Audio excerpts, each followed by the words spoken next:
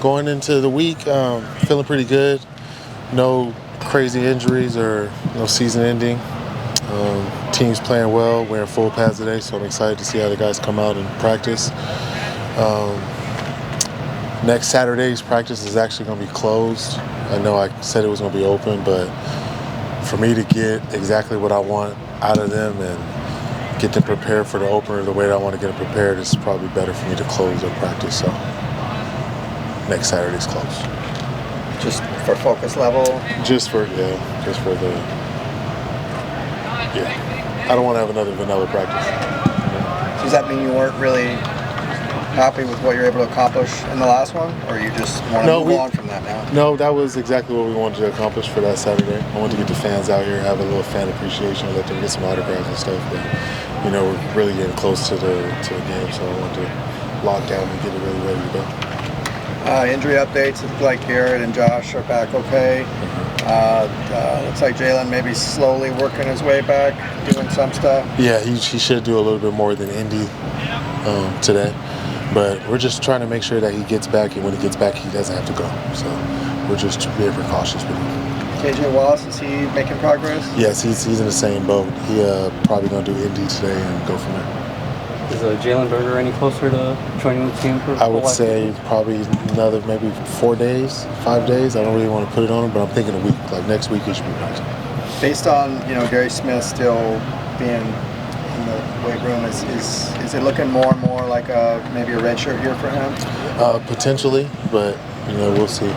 It's he's trending in the right direction. He's working out hard, so I don't want to say that on him. But he's training hard, so that's all we can ask.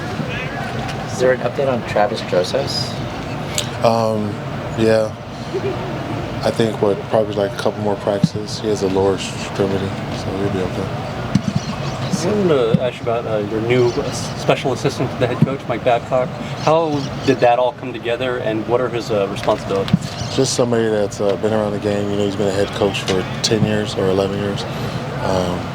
5 years when he was here before, and then I played with him for 3 years too. So just somebody that you can trust, has a lot of experience in this role, but he can also help the offense too. So just a coach that can come and bring leadership and just help the program.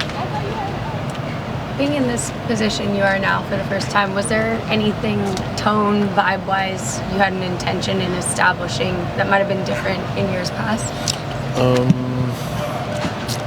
Just opening it up, really.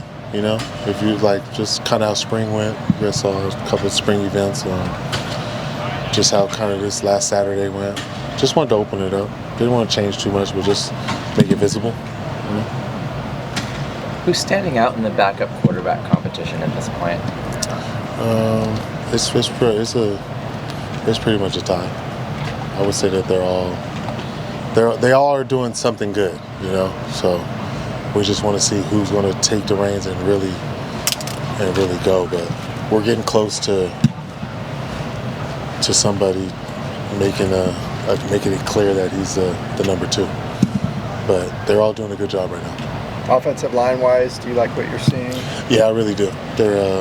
Our run games looks really good. They've been protecting Ethan pretty well. The rep count has gone up, and just to see the O-line still being able to function well, I'm excited. At corner, who behind Jalen and Devin do you think might start emerging in those backup roles? Kalen's doing a good job. Kanye's playing well. Who else is over there? We have a solid 4 that are doing a good job. Evan Thomas is over there too, so I'm just excited for that room. They're competing. As soon as we get Davies back, I think they'll be full strength, and they're just doing a good job right now. What are the biggest unanswered questions you have about your team at this point in camp? It's just games. It's not, it's different out here at practice, and just getting in a game so I can really see how they deal with adversity. They're handling it well out here on the football field, but during the game it's a little different. So I just want to see how our temperament is during the game. Will you do a full scrimmage? We'll do something similar to that in the Rose Bowl. Okay. Will that be during training camp or the week before the opener? It might be during training camp. Yeah. Okay. what are some of the things that you try to do to, I guess, simulate as much as you can what that game experience is like, especially for, those backup quarterbacks who've never, appeared in a game and that sort of thing? It's tough. You can only do so much. I can't tackle or anything, so they can't take hits, but you just try to push it to that limit as much as they can. But they're doing a good job. You want to see guys compete. You want to see them. They're learning an offense too, so you have to take that into consideration. But nobody's complaining. They're doing a good job, especially the freshmen. I'm excited, especially guys that didn't come early in spring. Like, they just got here and they're able to function. So the quarterback room, we have a lot of guys, but I'm excited. The future of it is bright.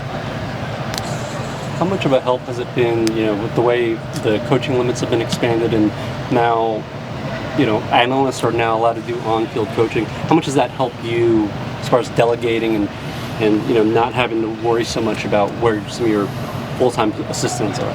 That's a lot. That was a big deal for us. So when that rule changed, I was excited because now Clancy can coach on the field, Scott White can coach on the field defensively. So that was huge for us. Babcock can coach on the field.